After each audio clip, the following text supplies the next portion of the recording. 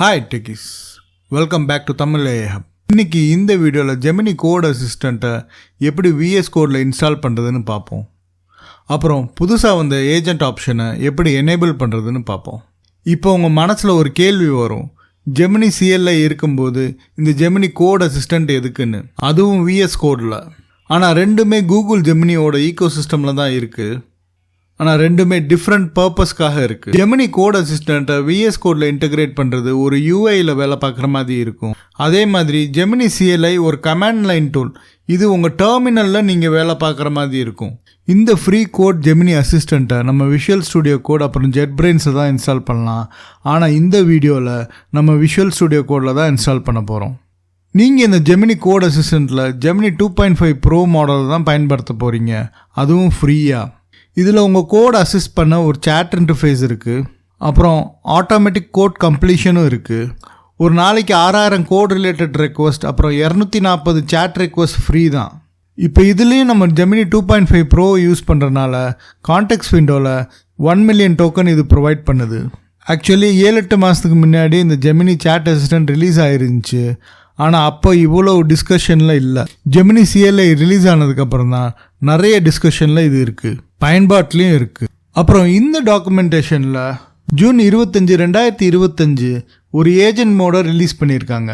இந்த agent mode நீங்கள் build பண்ண போகிற ப்ராஜெக்டை முதல்ல ஸ்டெப் பை ஸ்டெப்பாக பிளான் பண்ணணும்.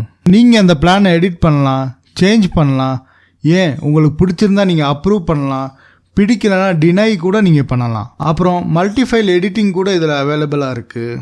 அப்புறம் கன்கரண்ட் சேஞ்சஸும் நீங்கள் பண்ணிக்கலாம். அதாவது அட் அ டயத்தில் பல ஃபைல்ஸ்லேருந்து கோடை சேஞ்ச் பண்ணலாம். இப்போ வாங்க ஜெமினி கோட் அசிஸ்டண்ட்டை இன்ஸ்டால் பண்ணலாம். அதுக்கு முதல்ல VS கோடை ஓப்பன் பண்ணிக்கலாம்.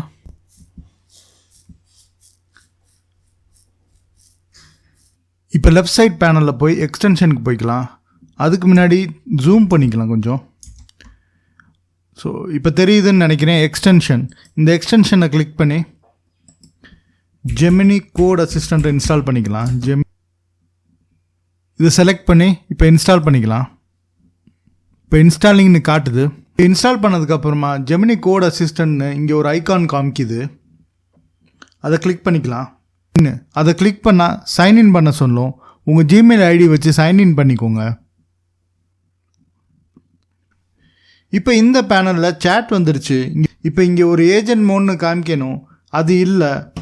இப்போ இங்கே ஏஜென்ட் மோடு வரணும்னா இந்த டாக்குமெண்ட்டுக்கு போய் இப்போ இதில் கமாண்ட் பேலட்டை ஓப்பன் பண்ணி ஓப்பன் யூசர் செட்டிங் ஜேசனை ஓப்பன் பண்ணி இந்த கோடை பேஸ்ட் பண்ண சொல்லியிருக்காங்க. அதுக்கு இந்த கோடை காப்பி பண்ணிக்கலாம். இப்போ மறுபடியும் நம்ம விஷுவல் கோடுக்கு போய்க்கலாம். Ctrl+Shift+P அமுக்கலாம். ஓப்பன் யூசர் செட்டிங்னு டைப் பண்ணலாம். நமக்கு இங்கே காமிக்குது. ஓகே, இப்போ இந்த இடத்துல என்ட்ரு கொடுத்து அந்த காப்பி பண்ண கோடை பேஸ்ட் பண்ணிக்கலாம். இப்போ இங்கே அப்டேட்டிங்னு காமிக்குது. ஸோ நம்ம நோட்டிஃபிகேஷன்ஸை பார்க்கலாம்.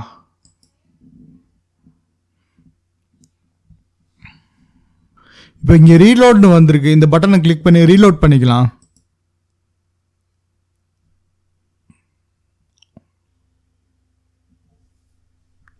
இப்போ இந்த ஏஜென்ட் மோட் ஆப்ஷனை நீங்கள் இங்கே பார்க்கலாம். இப்போ இந்த ஏஜென்ட் மோடு எனேபிளாக இல்லைனா எனேபிள் பண்ணிக்கோங்க. இப்போ இதோட கேப்பபிலிட்டிஸை டெஸ்ட் பண்ணிடலாம். அதுக்கு முதல்ல ஒரு புது ப்ராஜெக்டை க்ரியேட் பண்ண ஒரு புது ஃபோல்டரை க்ரியேட் பண்ணிக்கலாம்.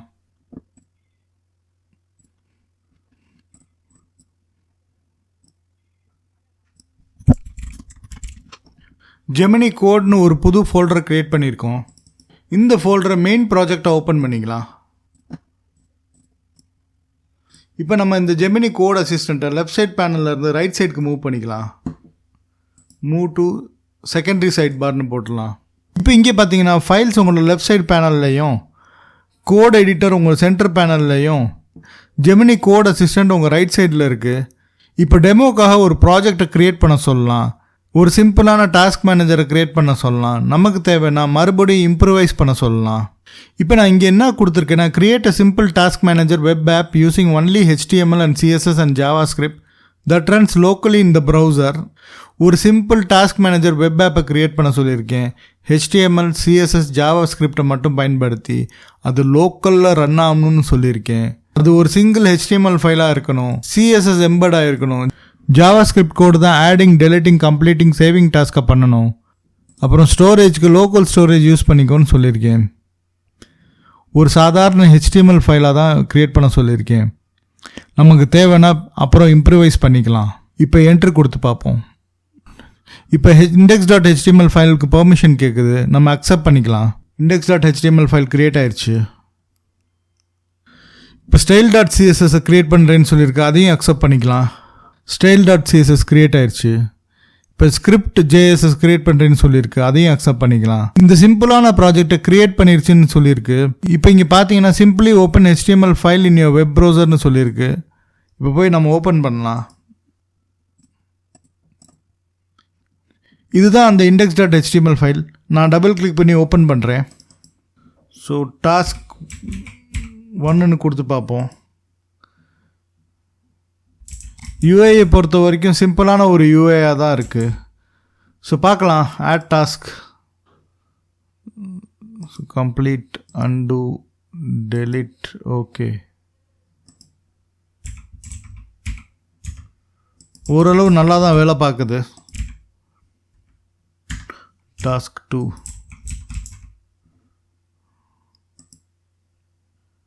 இப்போ இங்கே டேட் இல்லை, இங்கே எடிட் பட்டன் இல்லை. ஸோ இதை ரெண்டையும் ஆட் பண்ண சொல்லலாம்.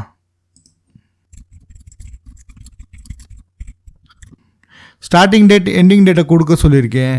எல்லா டாஸ்க்குக்கும் எடிட் ஆப்ஷன் ப்ரொவைட் பண்ணுன்னு சொல்லியிருக்கேன். பார்ப்போம் இது என்ன பண்ணுதுன்ட்டு. ஸோ இது இப்போ அப்டேட் பண்ணிடுச்சுன்னு சொல்லுது. பார்க்கலாம் என்ன பண்ணியிருக்குன்ட்டு.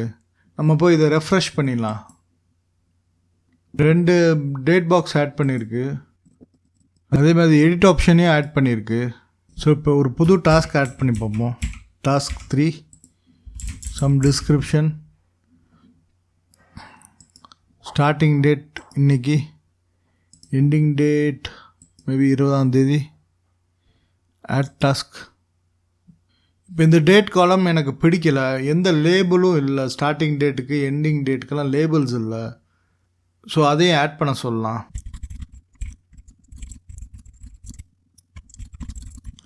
இப்போ நான் இங்கே என்ன சொல்லியிருக்கேன்னா, எந்த லேபிளும் டேட் பிக்கருக்கு நீ கொடுக்கல.